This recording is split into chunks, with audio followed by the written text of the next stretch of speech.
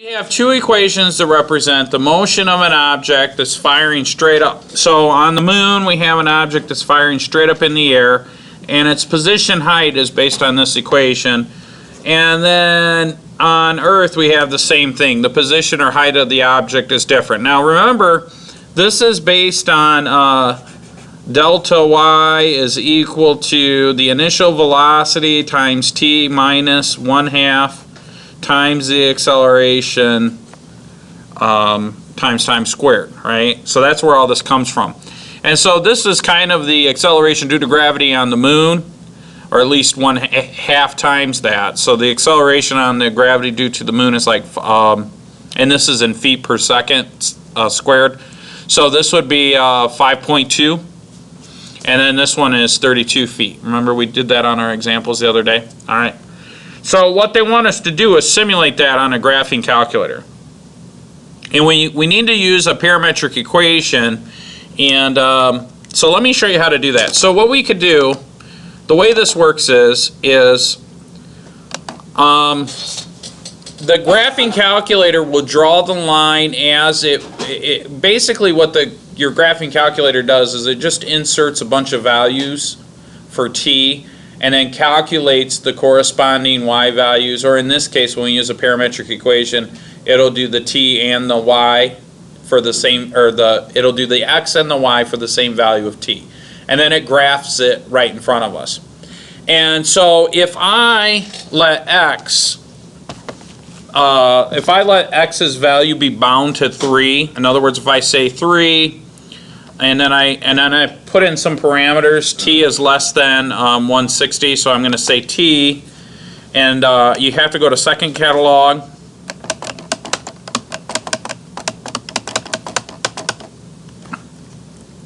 and I need less than, so I'll enter in less than, and then I'm going to say 160, and then I'm going to say plus 3.1, and then I'm going to do the same thing, but now I'm going to set a different boundary for t, and that boundary is going to be greater than or equal to, so I got to go to second catalog, scroll up, greater than or equal to,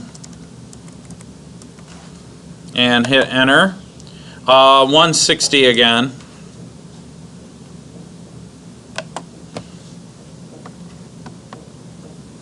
And then I'm going to come down here, and my y value is going to be this equation here, and then we'll do it again for Earth for this equation here.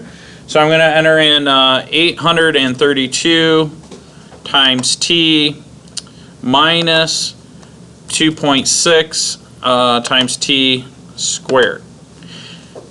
Then the next thing I need to do is in my window, I'm going to set my x value from 0 to 6, and my t step, or well, actually let's do my y values first. My t values I'm going to do up to 320, and I'll explain why that is in a second. Then my x values, they really don't change. They're going to go 3 and 3.1, so I'm going to go from 0 to 6. And then my y values, we're going to go from, and this is going to be a big number, we're going to go from negative 10,000 to 70,000. Okay? And we want a really big number.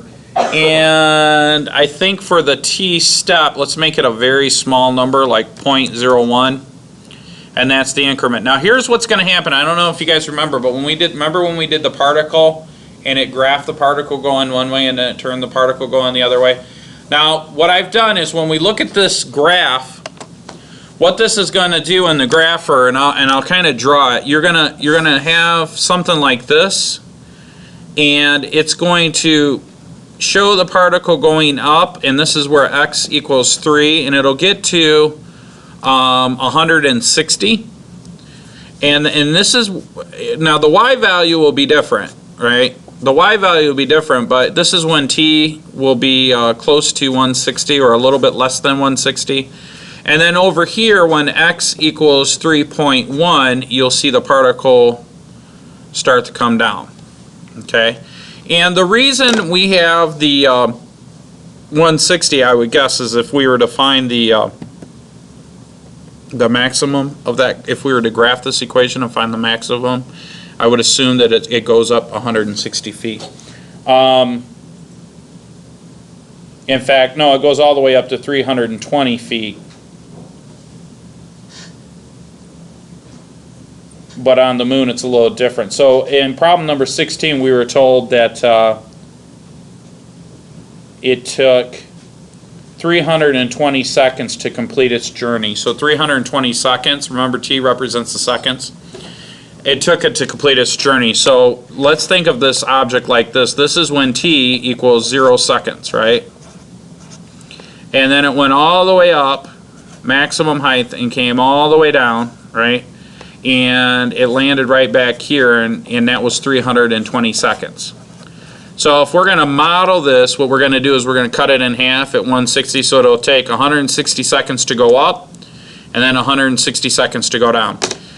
So when I hit this graph button, we're going to have to watch this carefully, and it should simulate what the rock would look like if it was on the moon. Ready? Whoops. Here we go.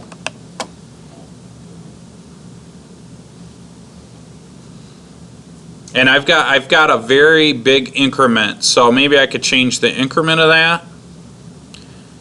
So it's going really slow. So I'm just going to change the increment in the window. Well, I can't now. Now we've got to watch it. Second off, it'll stop it. Yeah. If I do what? Second off. Does it turn it off though? Stops the graph. All right, all right. So now what I want to do is, my increment is too small. So let's change my t-step to like 0.1 so that it goes a little faster, okay? Plus, remember, it goes really high. So now we'll watch it and it'll go a little faster. So that's the rock going up. And when it reaches its maximum height, notice that it's starting to slow down. And now it's going to start to come down.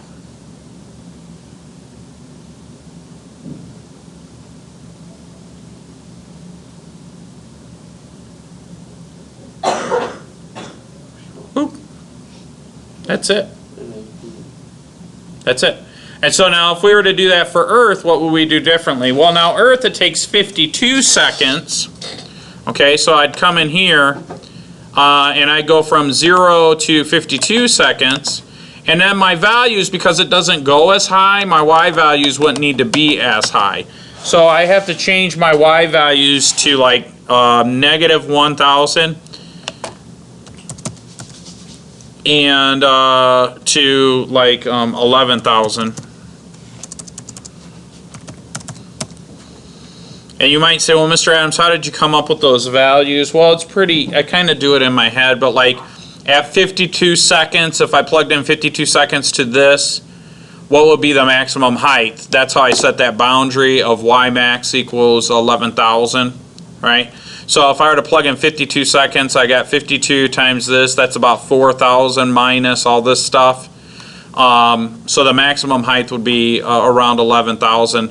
My X max doesn't change at all. It's between 3 and 3.1, so I want to put a nice, in fact, we could probably do something like this, say 2 and 5, zoom in a little more, or maybe 2 and 3, or 2 and 4.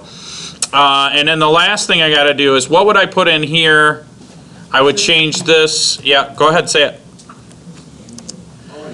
You would just say 52, and then over here you would say 52.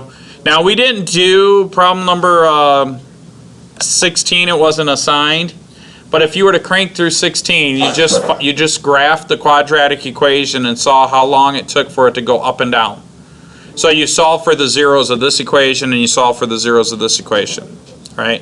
And that would have yielded that the height is 0 at 0 and 52 seconds on Earth, and the height is 0 at 0 and 160 or 123 seconds. Now there's only one mistake that I made. If this is 52 seconds to travel, should I put 52 in here, or what should I put? I should put half that, which is 26. So I'm trying to do 4 things at once, and that's okay. But the equation changes just a little bit because we're going to use Earth's equation. So we say 16 times, and we'll just do it like this. Whoops. There we go. Times t squared. So now same thing when I hit graph, but this is what it would be like on Earth. That's it. Okay? Okay.